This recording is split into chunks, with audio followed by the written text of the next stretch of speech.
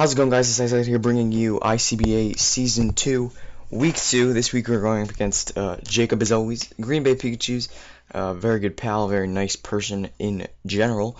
And yeah, he's got a sand team. We have kind of a sand team, so it's going to be interesting because, you know, if he wants to bring like a Sand Rush Excadrill, but he doesn't have to bring Gigalith. He can try to rely on me bringing Tyranitar and getting up the sand. But same with me, you know, I can try to rely on him bringing the sand with Excadrill and Gigalith, but me just not bring Tyranitar and just bring Sandrush Stoutland. But either way, I mean, you know, it's interesting there because we could also, we might just both bring our sand setters, because obviously Gigalith does get Sandstream in 7th gen. But yeah, but also, you know, one of us might predict the other to bring the sand setter. I actually don't, I feel like he's predicting my Tyranitar more than I'm predicting his Gigalith to come. So whatever. Gigalith is really nice for Talonflame though, and you know, it's just overall bulky. It's also nice for Alakazam and stuff like that. So regardless, I mean, it's a thing. So yeah, he's got Excadrill, Mega Latias, because Latios and Latios look the same when they Mega Evolve, so it's whatever. Just want to make sure it's Latias, not Latios. I always get them mixed up. When I'm prepping, I'm like, wait, like I prep for Latios the whole time, and then I go into the battle, and my opponent has Latios, and I'm like, shit. But it's not even Mega. I just don't see the A. I see the O instead, or maybe, you know, vice versa. But anyway, he's also got Tapu Fini, which is a good defogger. He's got some good hazard control there. You can see, you know, he's got the webs with Ariados, which could be scary if he doesn't bring the sand, because Excadrill under webs is scary too, especially with like Chandelure and you know, Mega Latias. But yeah, see, I'm mixing it up even when I say it. He's got Defog, yeah, like Defog Fini, Defog Latias, and then Rapid Spin Excadrill is potential. I actually think he's just gonna bring like a sweeping Excadrill. I don't know if he'll bring Gigalith. I think he might try to bank on me bringing Sandstream Tyranitar, but I mean he might go with Gigalith. It's like I said, it's a solid bring, but I just don't know if he wants to put it on one of his 6 when I already have Tyranitar there. But you know, it's a possibility. I mean, it works wonders against my team, honestly. If he brings rock coverage, it can really just decimate my team, honestly. So that's a problem. But anyway, let's get right into the team. I've got Breloom here. It hits. We are focus sashed again, just because, you know, why not? Enough speed to outspeed. I think it's Tapu Fini. If Tapu Fini has like 12, even if Tapu Fini has like 4 EVs in speed or 12, I forget what it was, but it's either 4 or 12. Like, we'll outspeed it anyway, and then hit it with a Bullet Seed. So I put that speed in there, and then focus sash is just important because if Excadrill gets set up and it's healthy enough to take a Mach Punch, or maybe he's bringing Chople Berry or something like that, you know, I want to be able to live the hit, live like an Iron Head or something, and then go for a Drain Punch to fire back. So that's nice. And then Drain Punch again, it's just useful for to get health back. You know, if he does bring Umbreon, we can always Drain Punch against that. And if he doesn't bring Latias, or which I mean he will probably, but if Latias is like weakened, we could go for a Rock Tomb, predicting the Tornado switch in, because he does have switching to this thing, right? He has the Chestnut, which is actually probably his most reliable switch-in, because I do have, I mean, Mega Latias is a reliable switch-in, but I really need this thing for Excadrill, I feel like, and Tapu Fini, and Gigalith, and Umbreon. And, you know, if I can predict the Chandelure or the Tornado and go for a Rock Tomb, that'd be amazing. Lowering its speed and then being able to outspeed the next turn and go for another one, that'd be really good. So, yeah, and then it also hits Piloswine and Electivire and Ariados, stuff like that, whatever. But yeah, I mean, I just feel like Breloom's pretty cool. Anyway, next up, I am bringing Tyranitar with the Sandstream, Stealth Rock's Pursuit, Toxic, and Taunt. We have an Adamant nature because, I mean, you know, it just seems to do more than having it as Careful, because Careful nature would boost my special defense and lower my special attack. But see here, like, if I don't bring a nature, this is a naturally higher stat, so it's better to, even though this is 252 and this only has 4, it's just because his natural attack is higher. And I want that Adamant because it helps me against, if I want to Pursuit trap the Latias, if he does switch out, depending on the set, I could just straight up Oko that if I am Adamant. It's a roll, but, you know, I mean, if he's whittled at all, you know, that'll work. Again, that's if he's like fully offensive though, I think. I don't know. I'll check that. And yeah, I mean, it's still nice because, I mean, it also hits Chandelure, and Chandelure is a problem for Breloom, and and especially Aegislash if I can't kill it with Shadow Sneak and stuff like that. So I feel like that would be nice. It's a great switch into Chandelure. It's a great switch into Umbreon. It's a great switch into Gigalith. Hopefully it's a great switch into Tornadus. I doubt it though because I'll probably bring Focus Blast on it because it hits Registeel and Tyranitar, but who knows. And then Taunt is just there in case I want to predict a Tapu Fini switch in. And like if Pursuit isn't gonna matter, if I don't want to hit Pursuit like on a Gigalith or something, and I can just go for a Taunt predicting the Fini, or just straight up Taunt the Gigalith to stop it from setting up rocks. That'll be useful. And of course you have Stealth Rocks on this, and then Toxic just hits everything. So well, barring the Fini and the terrain, but other than that, we Toxic everything but Excadrill, so that could be really nice. It's nice to wear down things like, because I can't hit Gigalith otherwise, I can't really hit Umbreon otherwise, and we could also taunt the Umbreon, which is good. I'm not speed creeping that thing, because I could outspeed it if I put like a little bit of speed into it, but it's not worth it ultimately. It's whatever. I'd rather just have the specially defensive, and there's not much it can do back to me besides Toxic, so whatever. And yeah, I mean, it's a great switch into Latias, and it sets up the sand for my next mon, Edgar! Stoutland here with my Life Orb. This will outspeed, I believe it's a Scarfed Chandelure once I get the sand up, because sand is obviously going to double my, or Sand Rush gives me it's my ability, gives me the ability to double my speed in sand. So if he does bring Gigalith, that's just the more the merrier, it's going to be sand more turns, most likely.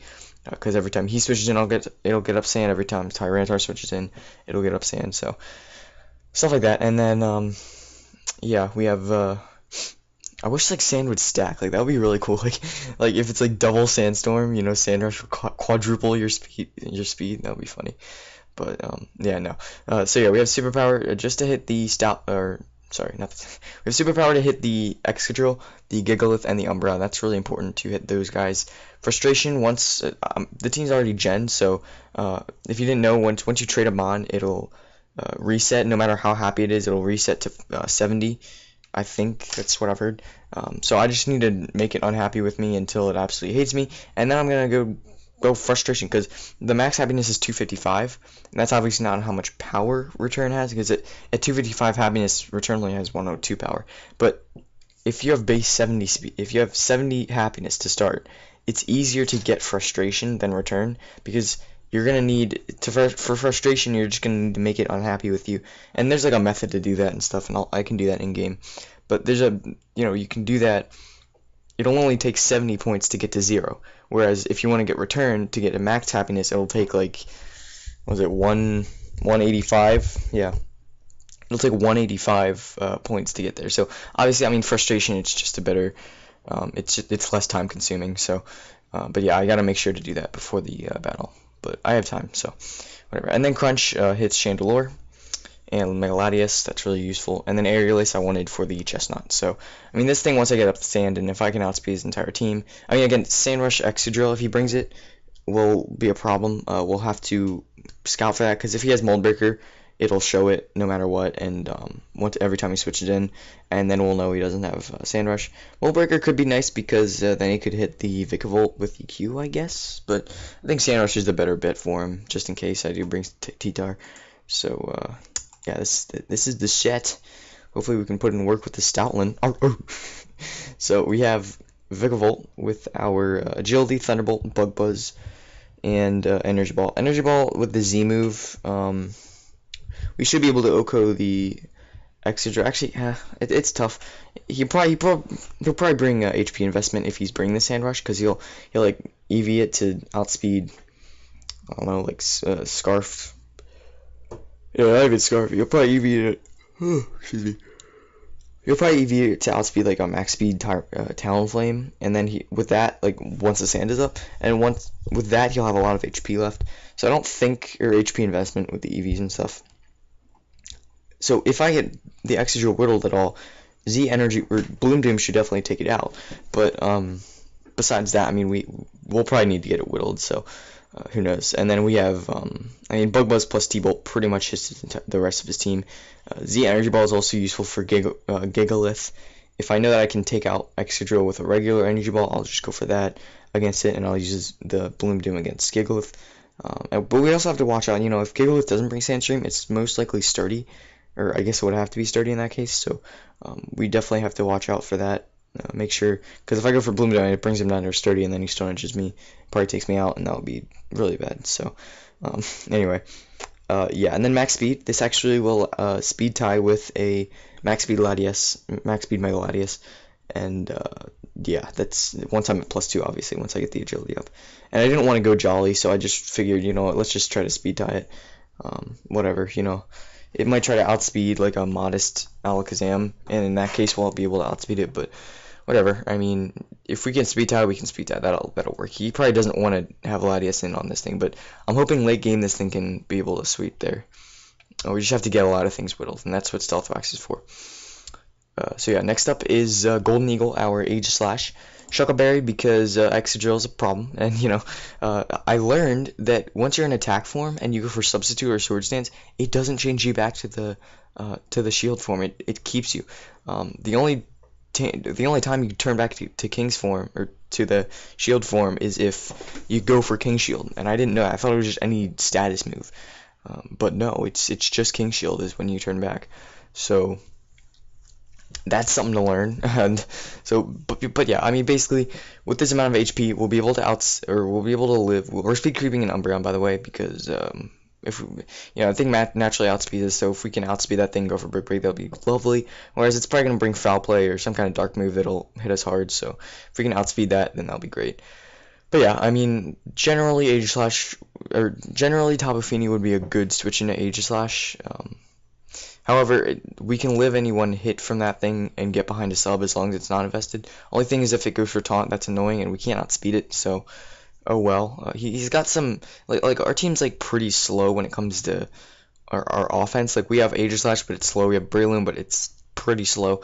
We have Vikavolt, but it's really slow. So, you know, I mean, that's unfortunate, and you know, things like Tapu Fini and Umbreon and Chestnut are things we have to outspeed, but it's whatever. So anyway, so yeah, assuming we can live a Tapu Fini Surf or whatever, Scald or whatever it goes for, and get behind a sub, then we can proceed to Swords Dance.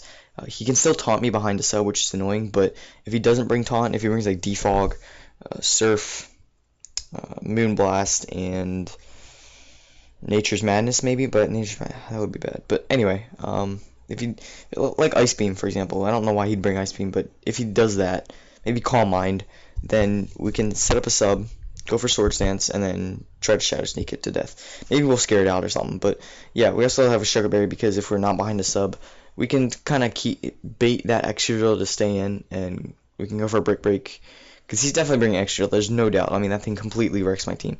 So if we can, you know, stay on that thing, live the EQ with the Sugarberry, Brick Break it up, and then if that doesn't kill it, we can follow up with a Shadow Sneak, which you obviously know is coming, but yeah.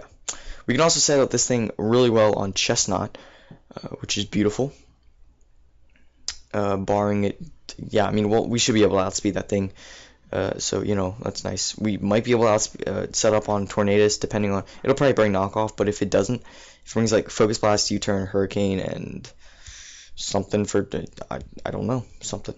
It would probably be knockoff, but anyway, if he doesn't somehow, if we know his 4 moves, then we can set up on that thing as well.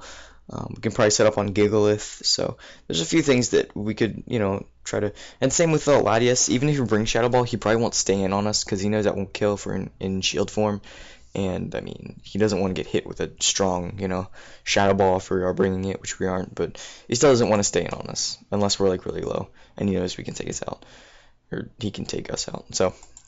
Anyway, last but not least, we have Tentacruel, which is our Rapid Spinner. I was going to bring Gudra, but then I saw we had no hazard control, and I really want the hazards not on my field, because Vikavolt is really important. Another Shuckleberry, because, you know, you can't have enough berries to reduce super effective attacks, and Excadrill's a problem. Excadrill's a problem. Toxic Spikes is really nice, though, because we can get that off on the Umbreon. We can get it off on the Gigalith. We can, I mean, if the what's it called? If the Misty Terrain is up, then we won't be able to do anything or we won't be able to toxic things. But other than that, I mean, again, I'm just trying to whittle things like elective IR, things like Chandelure. If we can get that toxic off on them, take 12% each turn. Just one layer will do, unless I really need it for Umbreon. But yeah, I mean, if we can get that off, probably 2 layers, because 2 layers is better for like things like Chestnut, Gigalith, Umbreon, stuff like that. But yeah, I mean, Finny will never get toxic with his toxic spikes, because Misty Terrain always goes up first before the toxic spikes come into effect. So I'm pretty sure, at least. But yeah, I mean, Sludge Wave just hits a lot of things. I mean, this is a great switch into top of Finny, whereas, I mean, Gudra at least gets hit decently hard by Moonblast, depending on the investment. So, you know, it's also good if we can, you know, stay in on Excadrill, and with the Sugar Berry we can go for Scald. Try to burn it. If we don't, we can maybe kill it, depending on how weakened it is. But yeah, it's pretty much it. Thank you guys so much for watching. Battles should go up a day after this.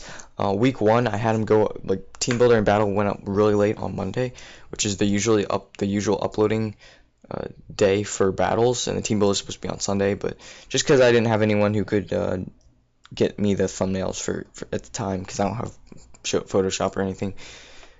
But I do use GIMP for my own graphics, but that's GIMP. So anyway, again, thanks so much for watching. Stay tuned for the battle. Should be a really good battle. He's got a really good team. And yeah, pretty damn scary. So thank you guys for watching, and I'll see you guys next time.